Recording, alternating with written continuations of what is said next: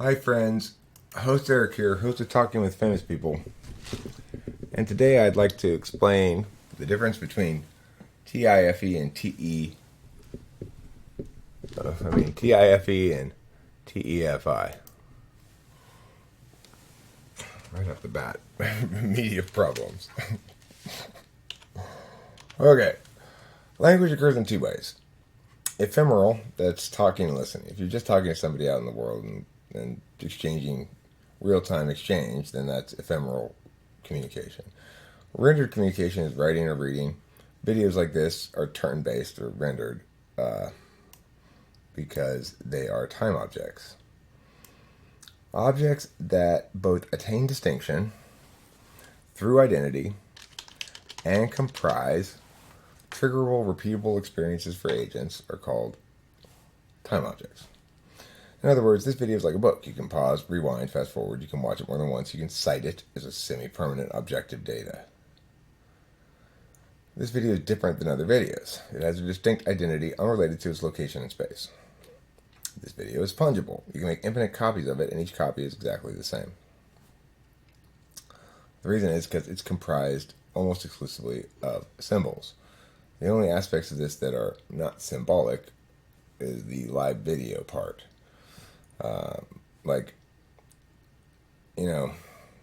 My facial expressions, my gestures, things like that are not exactly renderable into. They're not symbols of things. They're the things in themselves. So in that regard, but even those you can certainly reference them because you can look at the video again and again. Ephemeral communication is purposeful in complex ways. People talk to each other for many reasons, most of which are not resolutional. That is to say, they don't resolve any point in question. There's a limited ability to quote a person when there's no recording of a conversation. You can quote somebody, but basically, your people's acceptance of that quotation of them is contingent on their agreement that they said that.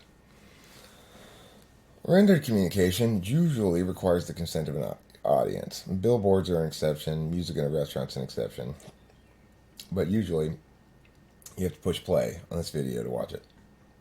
Usually rendered communication, it often anyway, is not argumentative. Most entertainment doesn't affirm or negate any position explicitly, although characters within the thing might affirm or negate positions.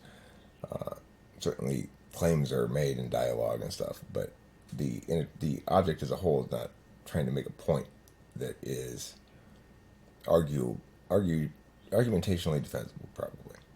However, often it is argumentative. This video, for example, affirms various positions regarding language and cognitive functions, as do most videos in the typology community. All instances of language exist in two dimensions, the illocutionary and locutionary frames. The locutionary frame comprises all the words spoken or written and all the meanings thereof. And the illocutionary frame comprises the reasons behind why the agent has chosen to express him or herself. So I might say, if I were Rachel, I might say, do you want to keep that there? Referring to a 12-pack of soda that's in the floor for passenger seat. The illocutionary frame, it's a question. It's asking me if I want to keep that there. I could simply answer it no, and leave it at that, and then she could do what she wants with the soda. But I read it naturally on the illocutionary frame and said, okay, she wants me to move this soda. Alright, TI and FE. Both TI and TE types appeal to empirical data and appeal to objective data. Empirical data refers to the quantifiable data intentionally gathered. So Big Five validates on this metric. If you've got scientists doing studies, we're calling that empirical data. Objective data refers to statements that are observably true by multiple parties independently of one another. Observations regarding the range of abilities on the TI polar test is an example of this. So, for example, if I were to say, look, these facts shouldn't be in any dispute. Some people can't answer even the most basic TI questions.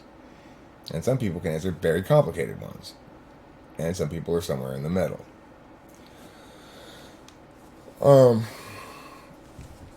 So those are observations that are true. You can access the data yourself and look at the typing sessions or whatever, but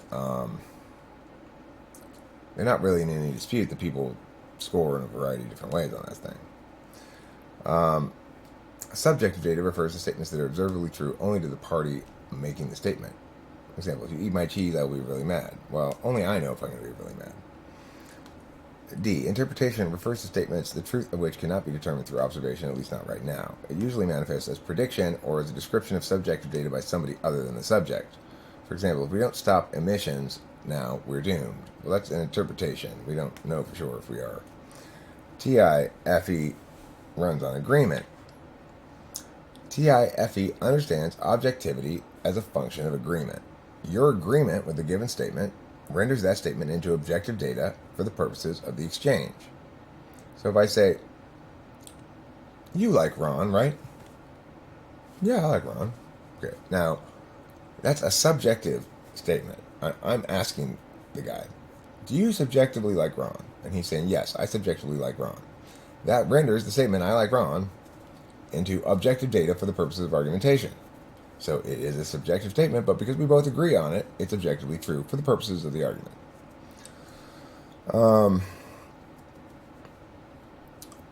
Your agreement with the given statement, this agreement is presumed conditionally in written instances, which is fine because the reader listener can always respond from a position of greater strength than the writer. In other words, I'm assuming you're going along with me and have agreed with everything up to here, because if you wanted to disagree, you can rewatch this and operate from a position of strength. Namely, I've laid out my case, and you can pick and choose your angles of attack wherever you want. Negating is easier, necessarily, inherently, than affirming. Empirics are preferable to other objectivities only insofar as they link to greater or more easily attained agreement. So if I can point to a study that shows statistics, then you're probably going to have to agree with that. It's going to be difficult to dispute those statistics. You can still argue with my interpretations that I generate from those statistics, but it's going to be hard to dispute those statistics. Number 3, TIFE affirms or negates. In this video, I'm affirming various claims and warranting my claims, mostly with appeals to observational indisputability. That is to say, I'm not really giving a lot of warrants that are independently verifiable in and of themselves, except through observation. You'll note also I define some terms, and this is an example of how TI and FE work. I'm defining terms because I need to make some distinctions. You could dispute the definitions of, in particular here, like empirical, objective, subjective, and interpretation. You could dispute those definitions, but you couldn't really dispute the fact that the distinction is there, that there is a distinction between those things. So we just have to agree on a different set of terms to reference the same distinctions. So there's no point in disputing those definitions, right? They're operational. They're defined that way in order to do other things with them.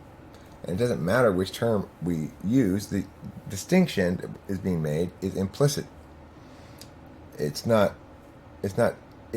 absolutely real, In other words, it simply is the case that some statements are verifiable and some are not. We agree on a term to refer to that distinction so that we can talk about it. The distinction between that which is verifiable and that which is not. Objective and subjective. It doesn't ultimately matter what term we use as long as we are talking about the same thing. Arguments are objective data when rendered. Anyone can access the arguments. Anyone can cite the arguments. Anyone can dispute any element within the arguments. So if they're just ephemeral, then they're still objective-ish for the two people right there, but they don't stand up as things multiple people can reference over and over again from different locations and blah, blah, blah, the way that rendered arguments do. TI parses claims and justifications within the locutionary frame of language expression. In other words, your words meant this, therefore that's what you meant, and that's what you said.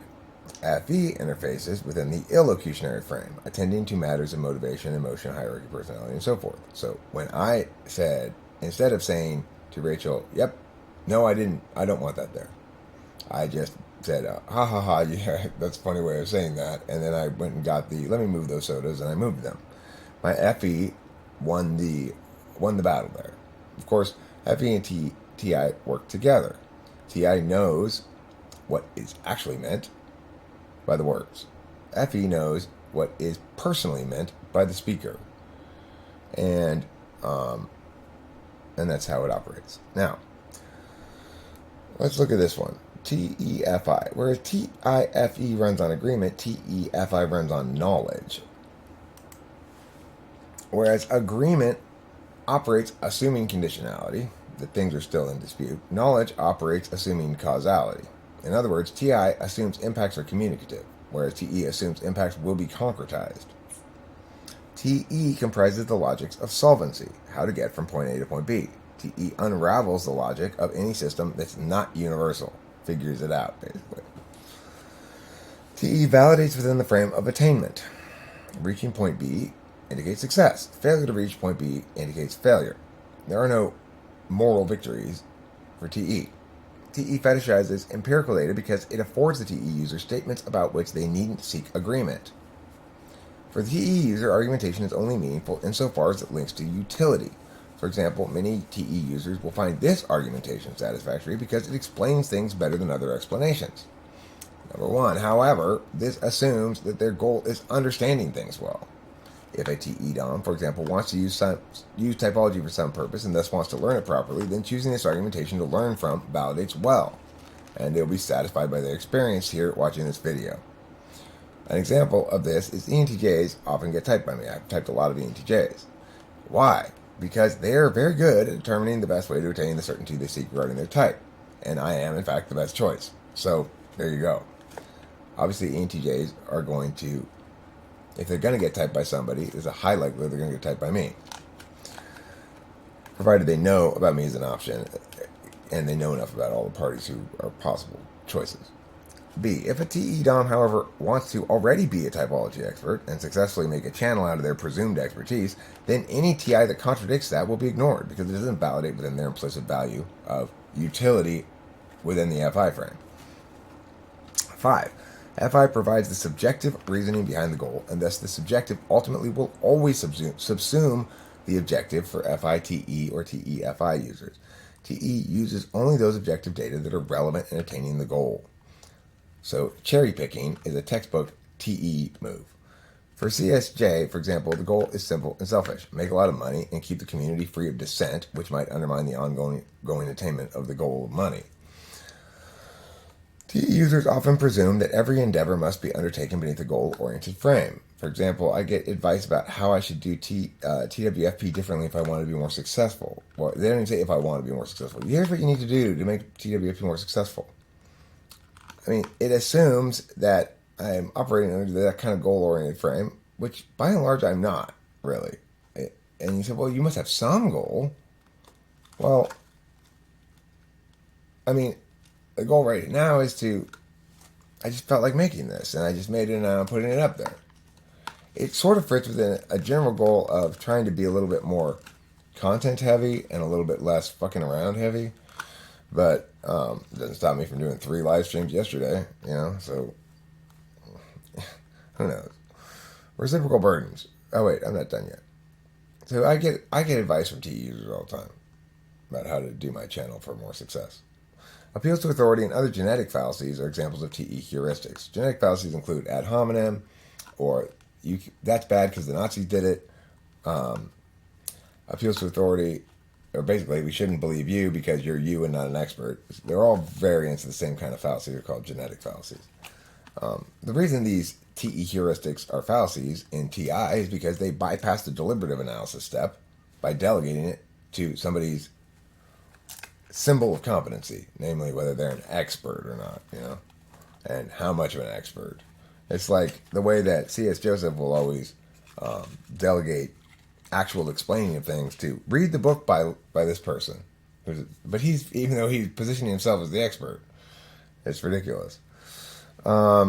Reciprocal burdens comprise the reason why TE people like CSJ and TI people like me ultimately cannot see eye to eye regarding positions in dispute. TIFE assumes the basic equality of all parties as communicators. If you can make an argument by appealing to the law, for example, then so can I. If you make a general claim, then I can treat that claim as objective until and unless you kick it.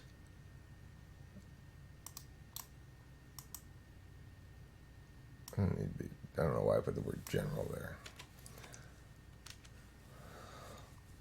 If you claim that you and Susie went to the movies last night at 8 p.m., then I can make arguments based on the fact that Susie was not at home at 8:05 p.m. It doesn't matter whether I believe you or whether you're telling the truth or whether I can verify it. If I want to accept your claim as fact and use it as such, I can.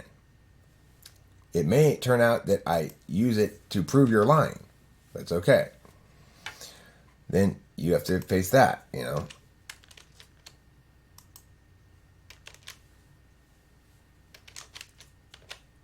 God damn it. Interest is the corollary to reciprocal burdens for TE. TEFI communications are always made assuming at least one party of the communication has an interest relevant to the communication and that the interest is increasing success on some empirical metric. For example, you should do more type police videos. It assumes that my interest is in increasing success on an empirical metric that everybody can access. So in other words, it's nice when you can, and in fact, you need to be able to measure the goal empirically for at least one person or two people in order for anything to validate a TE. You have to be able to define the goal and measure whether it's been attained in some regard. That's why TE people are so interested in measuring impacts and utilitarian impacts, because to them that comprises objectivity. Empirical establishing that a goal has been achieved. Look, we saved $400 last month on groceries since we started shopping over here. That's critically important to whether something can validate is whether you can empirically establish that the goal has been achieved. But note that that sort of empiricism is not objectivity. It's objectivity within the frame of subjectivity. In other words, we have to be objective about whether we killed all the Indians. If we did, then hooray, we achieved our goal. It's like, okay, well, fine, but there's no disinterested calculation, except about whether or not you killed all the Indians. So, it's, in other words, the empirics are at the contention level, not the framework level. Interest is the corollary to reciprocal burdens. Right. Correctness only really matters for TE users when demonstrably useful. If I'm correct here, but it doesn't fit into the utility frame of the TE user, then this correctness is irrelevant to them and ought to be just ignored by and large. Causality versus conditionality. Ultimately, TE is about the logic of causality. When you are actually going to do something that's not undoable, you need certainty, not agreement. For the TE user, conditionality exists so that one can test possible actions before doing them. TI is the logic of conditionality, and it's built on the idea that we can know what you will not do. For example, if all of your words are about being honest and faithful and transparent, I ought to be able to know that you won't cheat on me based on your words. TE loves determinism and behaviorism as a consequence. If we could just reduce the entirety of agency to inevitability, then we'd never have to think about what will not be done, and instead frame everything in the universe through the illocutionary frame and the attainment of self-interest. But TI loves free will and moral agency as a consequence. If empirical data runs afoul of your claim, in many instances, you are lying, and I should not trust you. You might do what you say you will not do. Note, failing to follow through on what you say you will do is not nearly as big of a deal to TIFE users as it is to TEFI users. Predictions are just possible outcomes, conditional on lots of things. So if I say, I'll see you tomorrow at the airport, what I mean is, assuming I don't die, there's not a blizzard, there's a bunch of other shit that doesn't happen, I'll see you tomorrow at the airport. Whereas, I will not steal from you while I'm staying at your house is not conditional. It's absolute. And so, really, TIFE is the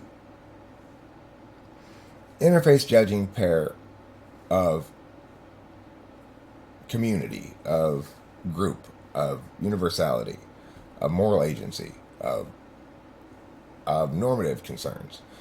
Whereas FITE is fundamentally the calculus of self-interest, utility, teleology, and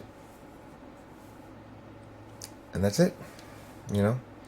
So The problem with the argument with TE users is it only works if they want to be right, which they might want to be if they're in the learning stage. For TE users, they have a learning stage and then an execution stage.